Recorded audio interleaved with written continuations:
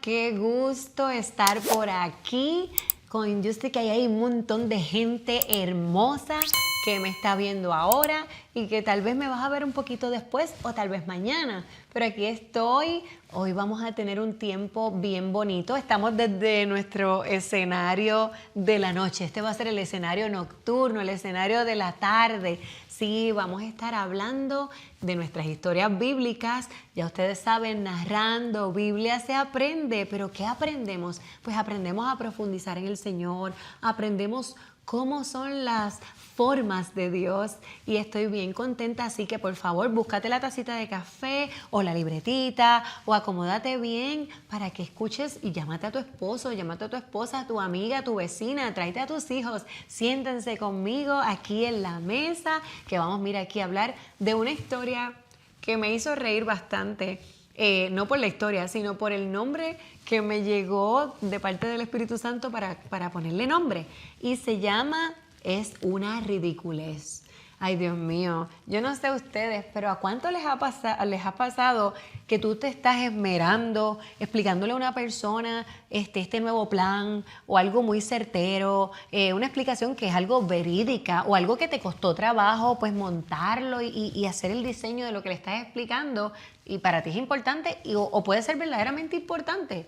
Y la persona que te está escuchando y que te escuchó así callada, mirándote, no comprende el mensaje de lo que tú hablaste y te responde, fíjate fulano o sutana, eso que tú me estás diciendo, eso es una ridiculez. Qué fuerte. Eso es un momento que uno se siente como medio frustrado, como que, pero eso lo que está queriendo decir es que esa persona no te entendió, no comprendió. Así que hoy nosotros vamos a navegar por el Nuevo Testamento con nuestro maestro, el apóstol Pablo. Y esto es en una de sus, mire, esto fue uno de sus mejores escritos. Esta es la carta de Primera de Corintios, capítulo 1. Sí, esta es su carta a la iglesia de Corinto. Y vamos a escuchar cómo el apóstol, dirigido como siempre por el Espíritu Santo, supo manejar una situación muy difícil. Era una situación que era compuesta, tenía muchas situaciones debajo, pero era una situación difícil llena de incomprensión humana. Así que antes de comenzar nuestra historia, yo les quiero decir a grosso modo información sobre lo que estaba pasando en la ciudad de Corinto, que era la ciudad donde estaba esta iglesia, a quien fue dirigida, ¿verdad? Eran los destinatarios de esta carta. Así que esta carta, es importante que yo te describa esto. ¿Por qué? Porque la carta no era solo para la iglesia de Corinto. Esta carta también fue dirigida a otras iglesias y esta carta la ha utilizado, mire, cientos y cientos y miles de personas y estamos tú y yo al día de hoy aprendiendo de la carta. Así que lo que pasaba era que en la época de Pablo, 50 años después de Jesús, de Cristo, los romanos convirtieron ese lugar, Corinto, en la capital de una provincia llamada Acaya. Esta es una provincia romana que era grande, un gran tamaño y abarcaba la mayor parte del sur y el centro de Grecia, ¿sí? La Grecia que tú y yo conocemos actualmente. Era la residencia, o sea, Corinto era la residencia de un procónsul. Miren qué palabra más grande. Esto es un magistrado, esto es un gran líder de la antigua Roma que ejercía la función de gobernador en esa provincia. O sea que ese lugar, Corinto, era como donde estaba la casa del gobernador, vamos a decirlo así. Así que Corinto también era una ciudad que producía ingresos importantes a Roma. ¿Cómo los producía? Pues por el comercio y por la protección militar que había en sus puertos. Miren, Corinto era, yo comparo como esta exposición estratégica de Puerto Rico, que ustedes saben que nosotros estamos en un lugar bien posicionados, pues Corinto también, su ubicación era estratégica, pues era la única conexión terrestre entre Grecia y la península de Peloponeso. Y como la ciudad tenía puertos en 2 golfos, o sea, esto es buenísimo y esto la hizo bien importante. y bien próspera, porque ustedes saben qué pasa por los puertos, entra y sale el comercio, o sea que se movía mucho dinero en Corinto.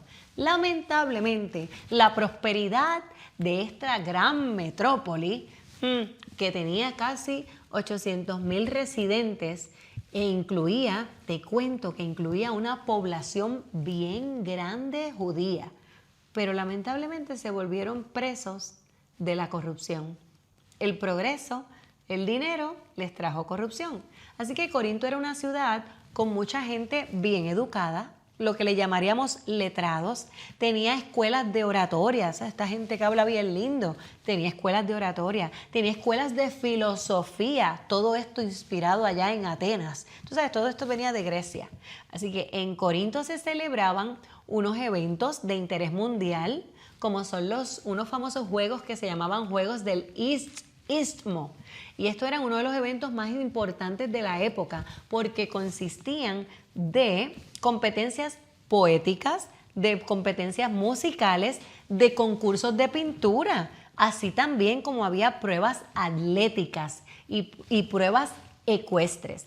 Mira, el otro lado de estos juegos que se celebraba allí en Corinto, es unos juegos que tú y yo conocemos, son los famosos Juegos Olímpicos, los cuales atraían mucho más tráfico de personas a la ciudad. Ustedes saben lo que representan los Juegos Olímpicos hoy día, pues no se quedaba atrás cuando se originaron. Así que es importante resaltar que el origen de estos juegos eran leyendas en las que un dios mitológico era su fundador. Estamos viendo que todo venía como de dioses paganos, esto viene de Grecia, esto viene todo, o sea, todo lo que envuelve es cultura que era adoradora de dioses ajenos. Y entonces, al igual que la mayoría de las ciudades griegas antiguas, Corinto tenía una acrópolis. Y esto es bien importante que lo escuches. Una acrópolis es una ciudad alta. Esta se elevaba a más de 600 metros y era usada para la defensa, porque desde arriba se puede ver mejor, pero también para la adoración. Quiero contarte esto. El edificio más prominente en la Acrópolis era un templo dedicado a la diosa Afrodita, la diosa griega del amor. Y en ese templo vivían y trabajaban unas 1,000 sacerdotisas, entre comillitas, porque eran prostitutas religiosas. ¿Ok? Todas las tardes estas sacerdotisas, ¿verdad?, paréntesis, entre comillitas, bajaban a la ciudad para ofrecer sus servicios a los hombres de la ciudad y a los visitantes de la ciudad. La fama de esta práctica, escúchate esto, a mí me dejó esto, yo aprendí muchísimo de Corinto. La fama de esta práctica fue tanta que a las prostitutas de otras ciudades comenzaron a llamarlas las chicas corintias. Oh my God. Sí, a causa de la cultura pagana de Corinto, ellos se volvieron tan moralmente corruptos que su nombre, o sea, el nombre de la provincia, se volvió sinónimo de desenfreno y de depravación moral. O sea, el término corintianizar, escúchate esto, el término corintianizar significaba inmoralidad descarriada, embriaguez desenfrenada. O sea, en Corinto se admiraban demasiado las celebridades. Escucha bien, en especial los oradores públicos que impresionaban, exaltaban el estatus, la avaricia, el sexo inmoral y la idolatría. Y allí, en medio de ese arroz con pollo, en medio de ese mejunje, en medio de ese revolú de pecaminosidad, Pablo fundó una iglesia cristiana en su segundo viaje misionero. Y mire, esa iglesia comenzó a echar para adelante y él, mire, estaba bien feliz, pero él tenía que salir de allí. Así que luego de sus 18 meses de arduo trabajo en Corinto, él deja su iglesita allí bien puesta, una iglesia que servía a Dios. Pero ¿qué pasó? ¿Por qué Pablo tuvo que escribirles una carta? Lamentablemente, luego de que Pablo salió de Corinto, que fue a hacer otros viajes misioneros, la iglesia no pudo resistirse a la cultura pecaminosa. Cuando Pablo se encontraba, ¿verdad?, localizado en Éfeso, se entera de que la iglesia de Corinto está manga por hombro, como decimos los boricuas. Surgieron discusiones, divisiones y algunos miembros de la iglesia regresaron a su estado de vida inmoral. O sea, que 2 o 3 personas volvieron a su vieja vida. Entonces Pablo escribe esta carta para tratar bien sabiamente con estas situaciones tan delicadas y aclarar un montón de confusiones que surgieron. Y así comienza nuestra historia. Y dice en el verso 2, y que Pablo, ¿verdad?, es el que está escribiendo, dice que esta carta iba dirigida a la iglesia de Dios en Corinto, a ustedes que han sido llamados por Dios para ser su pueblo santo. Y ahí se está refiriendo a nosotros también. Mira, Pablo les dice, Él los hizo santos por medio de Cristo Jesús, tal como lo hizo con todos los que están en todas partes, que invocan el nombre del Señor, nuestro Señor Jesucristo. Señor de ellos y Señor de nosotros. Están viendo la intención de Pablo, les está aclarando que son un pueblo santo. Que Dios nuestro Padre y el Señor Jesucristo les den gracia y les den paz. Miren qué lindo empezó Pablo, no empezó dando fuete, empezó exaltando la importancia de su llamado. Y Pablo comienza esta carta enfatizando que Dios nos llamó ¿a qué? A ser santos, que ninguno de nosotros estamos excusados de eso, que todo seguidor de Cristo debe encaminar su vida a la santidad de Dios, de Jesús, del Espíritu Santo. Por eso es que Jesús, cuando iba a salir de la tierra, ¿qué dijo? Nos dejó al Espíritu Santo de Dios que estaba en Él. ¿Para qué? Para guiarnos, para cuidarnos, para instruirnos a llevar un camino de santidad, sin excusas, sin justificaciones. Y continúa Pablo escribiendo, siempre doy gracias a mi Dios por ustedes y por los dones inmerecidos que les dio ahora que pertenecen a Cristo Jesús, por todos esos regalos que les dio Jesús sin merecerlos. Por medio de Él, Dios ha enriquecido la iglesia de ustedes en todo sentido, con toda elocuencia. Recuerdan que esto es una ciudad donde hay gente que tomaba cursos de oratoria, así que él refiere a lo que a ellos les gusta, en todo sentido, con toda elocuencia y todo el conocimiento que tienen. Gente que era estudiosa, gente letrada. Recordamos que Pablo no le estaba hablando a analfabetas, a personas de bajo nivel intelectual, a quienes se les hacía difícil entenderlo y comprender el mensaje de las buenas nuevas. Ellos eran gente que habían recibido este mensaje y continuaban recibiéndolo a través de los líderes de la iglesia. Amados, cuando el cuerpo de Cristo pierde la perspectiva de lo que es la verdad, muchas veces no es porque les falte inteligencia. ¿Saben por qué es? Es por falta de búsqueda del Espíritu Santo de Dios. Vamos a cuidar nuestra intimidad con Dios. Miren lo que le estaba pasando a esta iglesia en Corinto. Dice Proverbios 15:33, quien obedece a Dios gana sabiduría y disciplina. Y continúa Pablo en su carta diciendo, esto confirma que es verdad lo que les dije acerca de Cristo. Ahora tienen, y vuelve y enfatiza, todos los dones espirituales que necesitan mientras esperan con anhelo el regreso de nuestro Señor Jesucristo. O sea, ya lo tenían todo. Él los mantendrá firmes hasta el final para que estén libres de toda culpa el día que el Señor Jesucristo regrese. Dios lo hará porque Él es fiel para hacer lo que Él dice y los ha invitado a que tengan comunión con su Hijo Jesucristo, nuestro Señor. Miren, los miembros de la iglesia en Corinto, al igual que tú y al igual que yo, recibimos de Dios todos sus regalos, toditos, no por nuestras capacidades, no por merecerlos, sino por su gracia. Cuando vinimos al camino del Señor, ahí nos aborda la gracia y ahí recibimos sus regalos. Pablo los menciona en la carta de Romanos, en el capítulo 12, después la puedes buscar, y nos incita diciendo, Dios en su gracia nos ha dado dones diferentes para hacer bien, ¿escuchaste? Para hacer bien determinadas cosas. Por lo tanto, si Dios te dio la capacidad de profetizar, habla con toda la fe que Dios te haya concedido. Si tu don es servir a otros, sírvelos bien. Si eres maestro, enseña bien. Si tu don consiste en animar a otros, anímalos. Qué lindo ese regalo, ¿verdad? Que hay gente que cuando uno llega así todo alicaído, tienen esa habilidad de hacernos sentirnos felices. Eso es un regalo de Dios. Si tu don es dar, hazlo con generosidad. Si Dios te ha dado la capacidad de liderar, toma la responsabilidad en serio. Y si tienes el don, mira qué lindo este otro regalo, el don de mostrar bondad a otros, hazlo con gusto. Tú estás viendo que todo esto que yo he mencionado, servir, animar, el de liderar, el de enseñar, esto es un don que te regala Dios.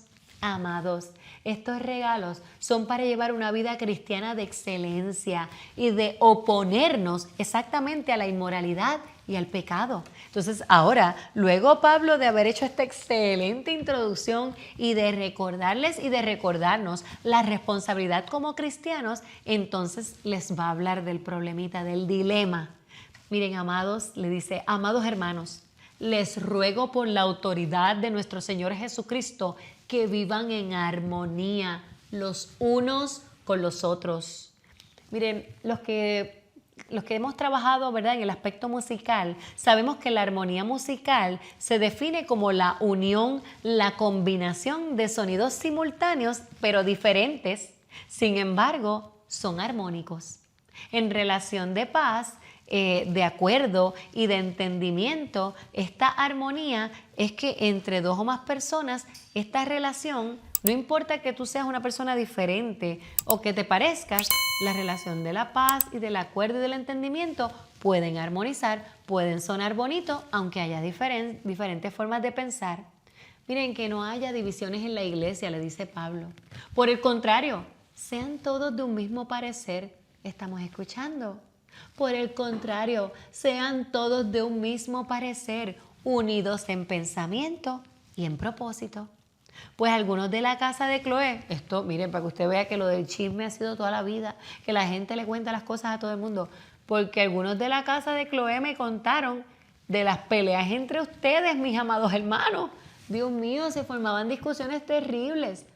Amada audiencia, el mayor problema de toda institución, llámese que ustedes están en pareja, familia, grupo de trabajo, fundación, iglesia, gobierno, vecindad, lo que sea, el mayor problema es estar divididos en propósito, en intención, en pensamiento y en sentimientos. No puede haber una pareja que esté dividida, no puede haber una familia que esté así dividida en propósito, que el papá quiere una cosa, la mamá quiere otra, que los hijos quieren otra. En un trabajo sucede lo mismo, en una iglesia, peor aún. Jesús en una ocasión les dijo a sus opositores que ellos no pensaban para nada igual que Jesús. Y está escrito en Lucas 11:23, el que no está conmigo, a mí se opone. Y el que no trabaja conmigo, en realidad trabaja en mi contra. Eso sí que está feo.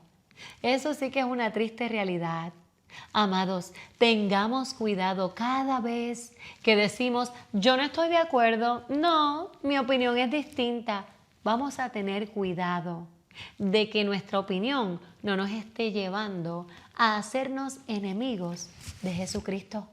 Y continuó Pablo diciendo, algunos de ustedes dicen, ay, yo soy seguidor de Pablo. Otros dicen, yo soy seguidor de Apolos. O otros decían, ay, yo soy seguidor de Pedro. O, no, yo sigo a Jesucristo.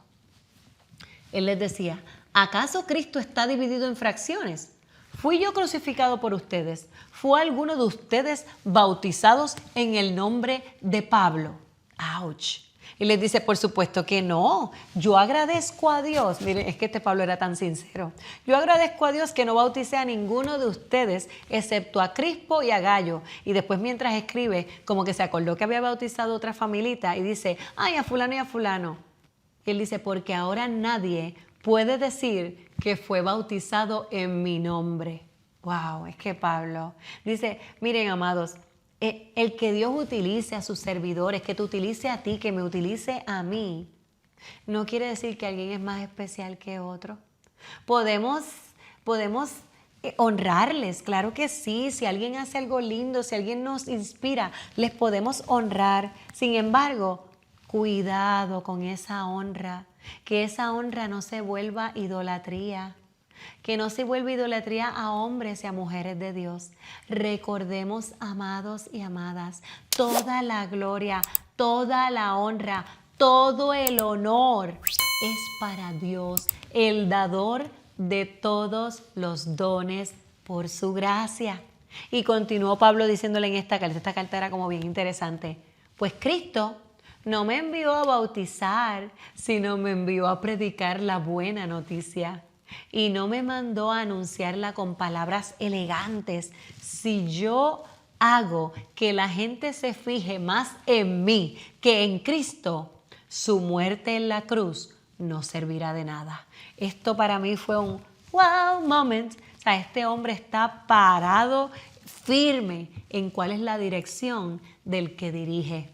En este tiempo, miren, lo que pasa es que en este tiempo no se había escrito todavía el Nuevo Testamento y los creyentes pues dependían en gran manera de la enseñanza de diferentes predicadores y de ellos aprendían lo que era la interpretación y el verdadero propósito y significado del Antiguo Testamento, pero también dependían en gran manera, bueno, en total manera, de la enseñanza del mensaje de las buenas nuevas de salvación de Jesucristo.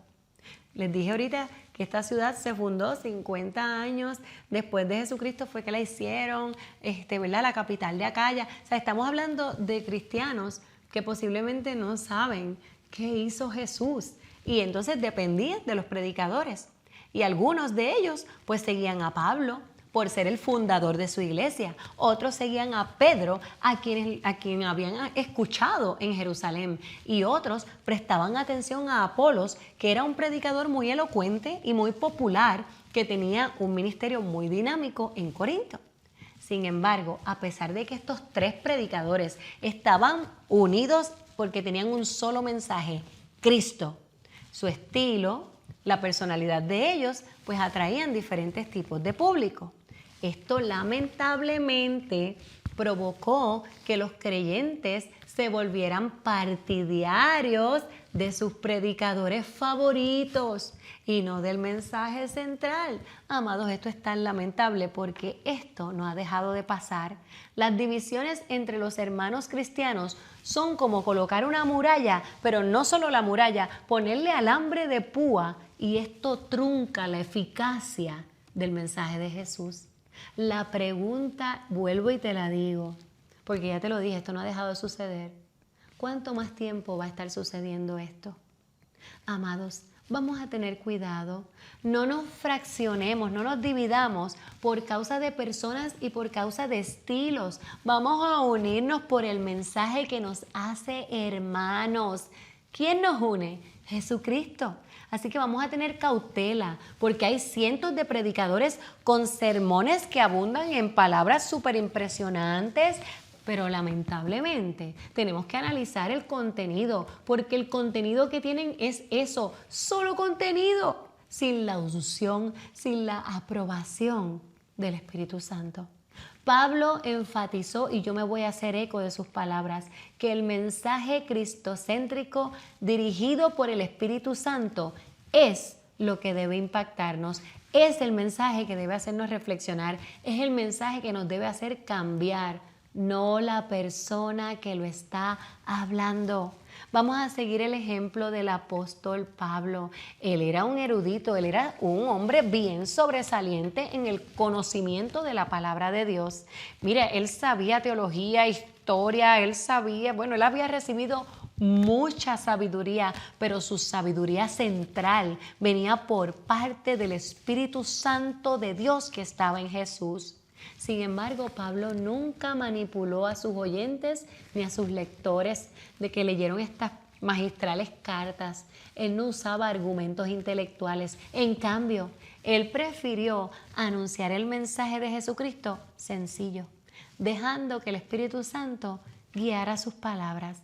Entonces ahora llega la parte de la carta que hace que se le ponga este nombre que ustedes escucharon de que es una ridiculez.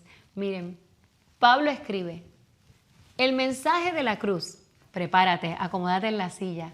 El mensaje en la cruz, que tú sabes que el mensaje en la cruz, ¿cuál es? La muerte y la resurrección de Cristo. El mensaje de la cruz es una ridiculez para los que van rumbo a la destrucción. Sin embargo, nosotros que vamos de camino a la salvación, sabemos que es el poder mismo de Dios. O sea, ese mensaje es el poder. Como dicen las Escrituras, este es Pablo hablando, y en esto se está refiriendo, cuando lo que va a hablar ahora es al profeta Isaías, que el profeta Isaías había dicho en el Antiguo Testamento, destruiré la sabiduría de los sabios y desecharé la inteligencia de los inteligentes. ¡Wow! Pablo resaltó algo que Jesús enseñó con frecuencia, que los pensamientos de Dios no son como los pensamientos de nosotros. Amada audiencia, amigo, amiga que me estás escuchando, que me estás viendo, mira, Dios ofrece vida eterna. Y tú sabes que la vida eterna, el ser humano jamás, aunque tenga todos los estudios del mundo, capacidades, acciones, dotes, nunca ni tú ni yo vamos a poder ofrecerle vida eterna a nadie. Miren, aquel que no tiene a Dios en su corazón no puede entender esta ridiculez. Querido amigo, amiga, mi hermana, mi hermano, si aún tú piensas que el mensaje de Jesús es una ridiculez, tengo que decirte que podrás pasar la vida entera, mira, buscando sabiduría, explorando teorías, leyendo libros y jamás vas a recibir la salvación de la muerte a causa del pecado, ni la vida eterna, ni la plenitud, ni la verdadera felicidad, a menos que decidas tener una relación íntima y personal con nuestro amigo el Espíritu Santo que estuvo en Jesús. Entonces es que vas a poder comprender esta verdad sin ningún impedimento y no lo verás como una ridiculez. Y continúa Pablo. Y esta vez subió el tono, sigue subiendo el tono. Pablo era así como que, ¿verdad? Como fuertecito. Así que le dice a la iglesia, así que, ¿dónde deja eso a los filósofos, a los estudiosos y a los especialistas en debates de este mundo? Dios ha hecho que la sabiduría de este mundo parezca una ridiculez, ya que Dios en su sabiduría se aseguró de que el mundo nunca lo conociera por medio de la sabiduría humana. Usó nuestra predicación ridícula para salvar a los que creen. ¡Wow! Moment. Esto es un wow moment. No le podemos quitar la musiquita.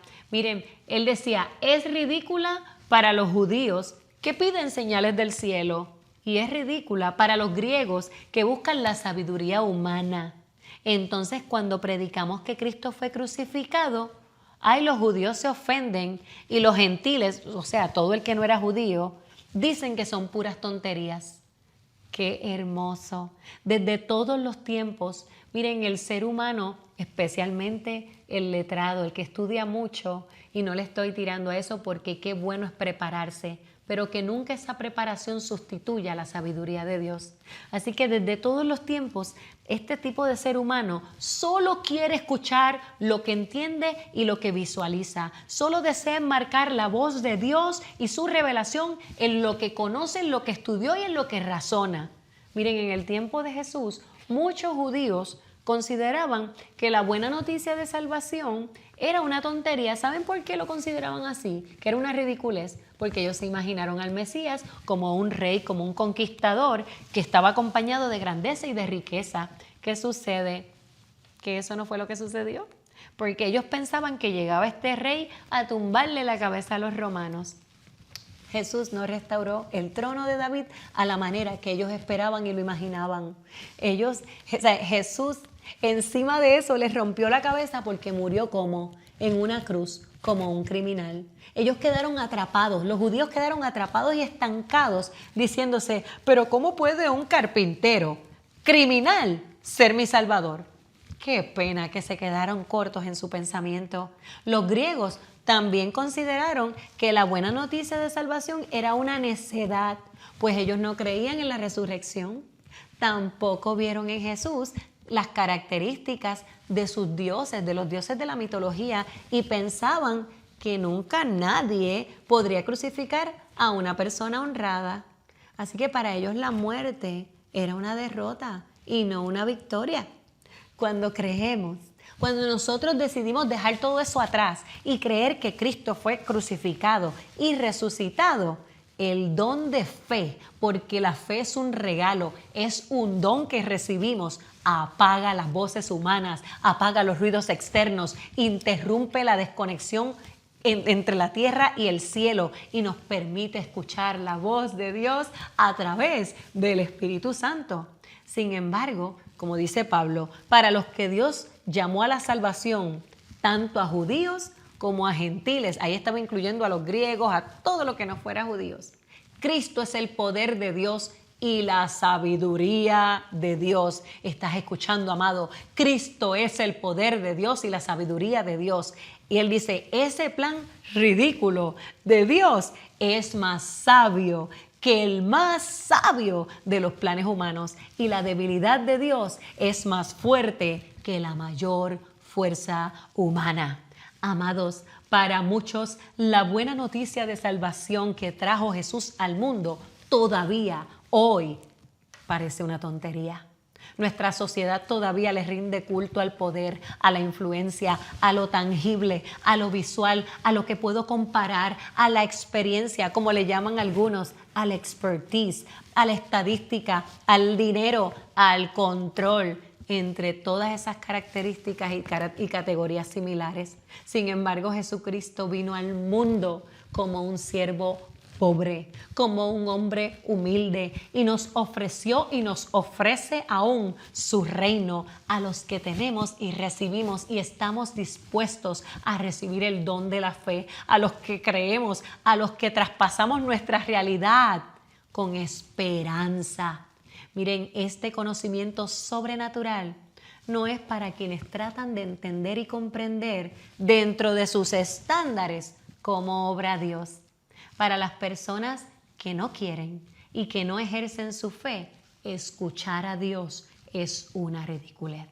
Sin embargo, Cristo, su voz, su mensaje, su presencia en nosotros es el poder y la sabiduría de Dios manifestados. Amados amigos, amiga, hermano que me estás escuchando o viendo, puedes preguntarte, pero espérate un momentito.